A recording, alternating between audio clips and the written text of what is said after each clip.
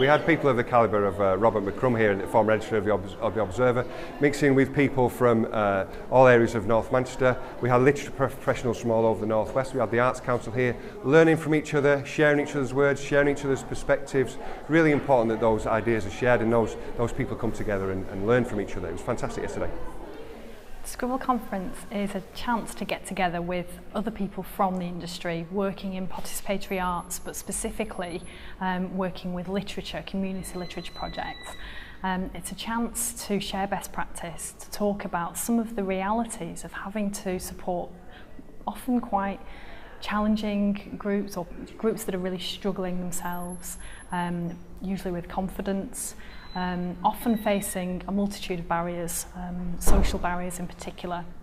And this is a way to bring those people together and just share what it's like to try and engage people effectively.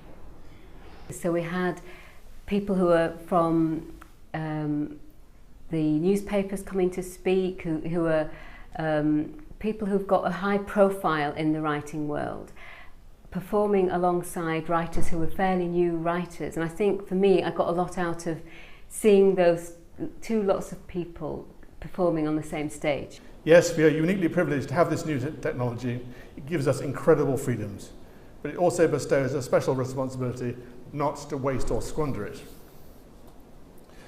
And if the business of putting black on white is no longer a matter of life and death, I want to put to you that it is still a business in which much is at stake, in whatever format we choose.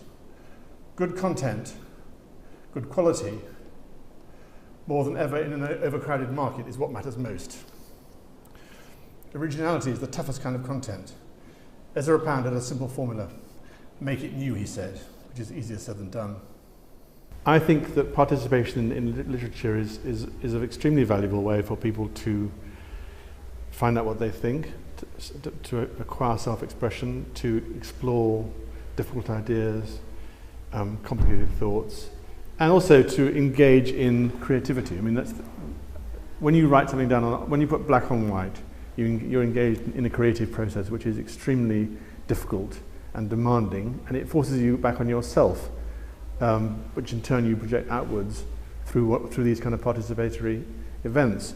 And I think the great thing about these kind of occasions is that everyone has to participate in public, and they have to engage with each other in an arena. And I think you can't beat eye contact.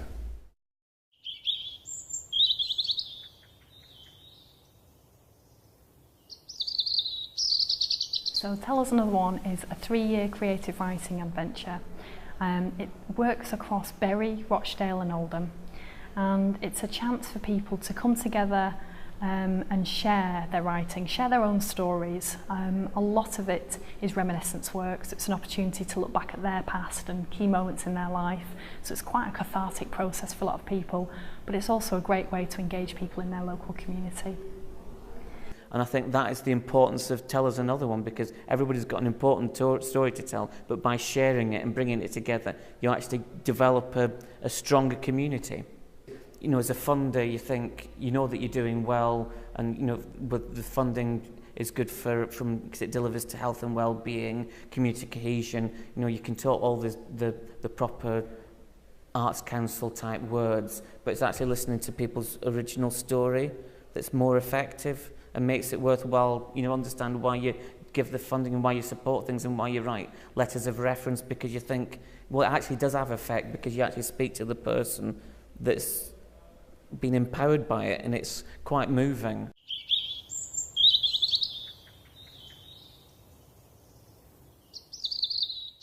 The small group sessions that we're running today at the conference are fantastic because they give us a chance to work with professional facilitators to guide others through the process. Some of them are talking about editing, some about translation. The kinds of discussions that we're going to be having are really useful for getting people to reflect on their practice, to open up, to share ideas, to maybe find new ways of working as well. One other great thing that the workshops do is give a chance for facilitators that perhaps are new to leading other writers, a chance to really see what it's like to work with the community. So it might be about tackling confidence or bringing communities together that wouldn't normally work together. So it's fantastic for sharing methods as to how to go about doing that.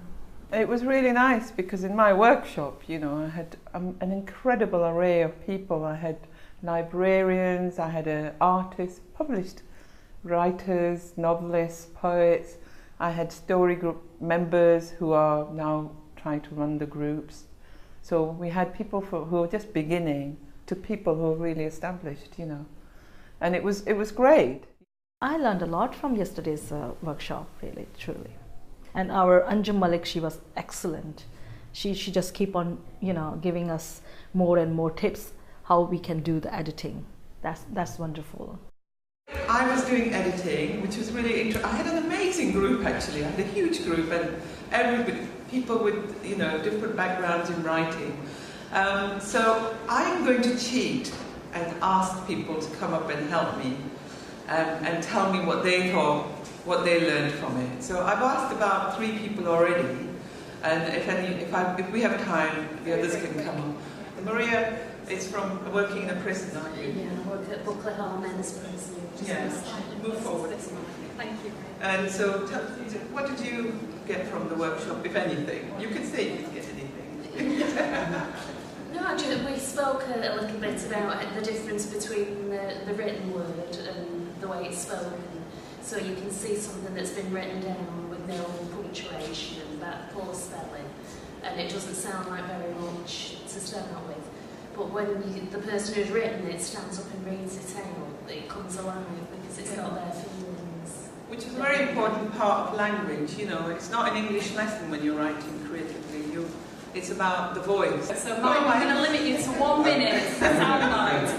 Go. Editing. I learned 3 things. One was somebody in our group talked about writing things from the big picture, getting lots of stuff down, and then leaving it in a drawer and going back to it much later on and being very critical then of what you've written. The second thing was that the poem was proved to me, we all did a little bit and then it was edited by the person sat to the right, that editing can actually improve your work. Mine changed dramatically into the style of what Anjum had asked us to do.